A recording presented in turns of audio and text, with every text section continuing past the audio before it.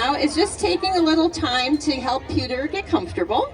As you kind of see Pewter lower her head, that means she's relaxing her neck muscles and kind of looking at her front legs, waiting for her to relax a little bit.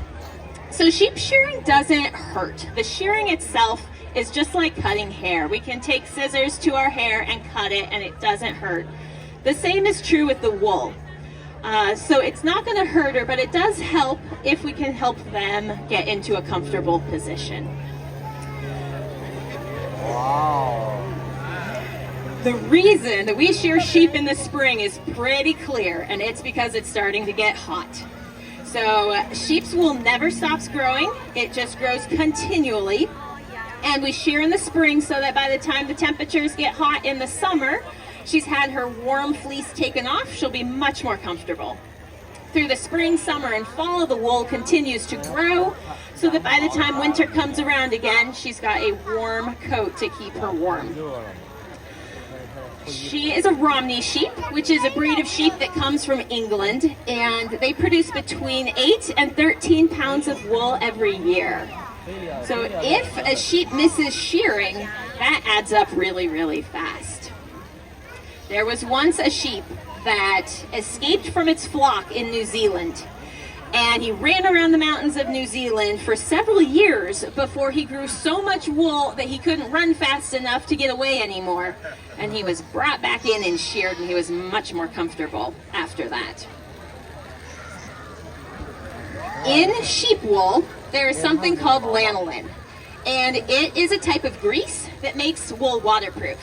So just like we would have to put on a raincoat to go outside in the rain if we didn't want to get wet, sheep don't have to worry about that because their waterproofing is built into their wool, which makes winter a fantastic time to be a sheep.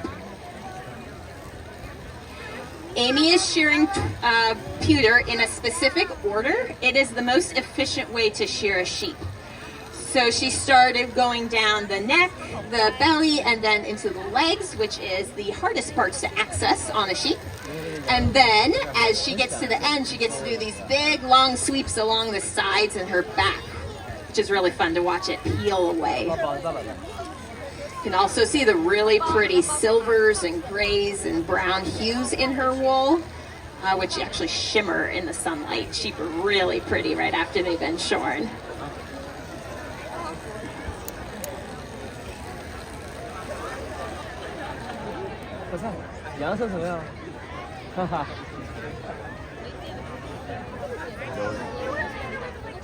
It works better with electricity.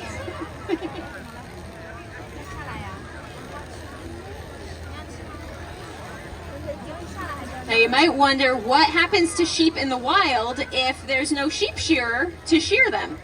And the answer is that in the wild, sheep naturally shed their wool. It usually comes out in clumps depending on the species. They'll rub up against branches and the wool will just kind of fall out in chunks over the course of a few weeks as winter turns into spring.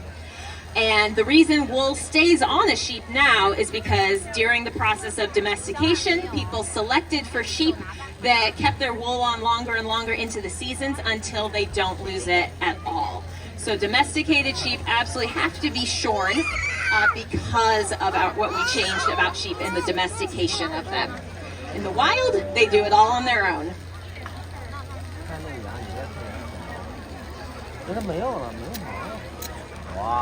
Now Amy has slowed this down for us a little bit so that you guys get a better chance to be able to watch. But this whole process can be done in just a couple of minutes. And people get through a lot of sheep. You look beautiful, Pewter.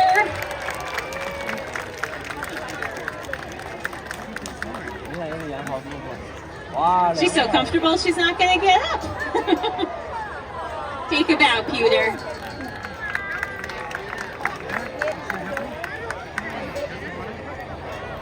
So what we're going to do now is I will take any questions. If anyone has questions, you can shout them down or send your kids to the fence. And for the rest of our event today, we're going to be shearing a sheep every half hour. So our next shearing will start at 12:30.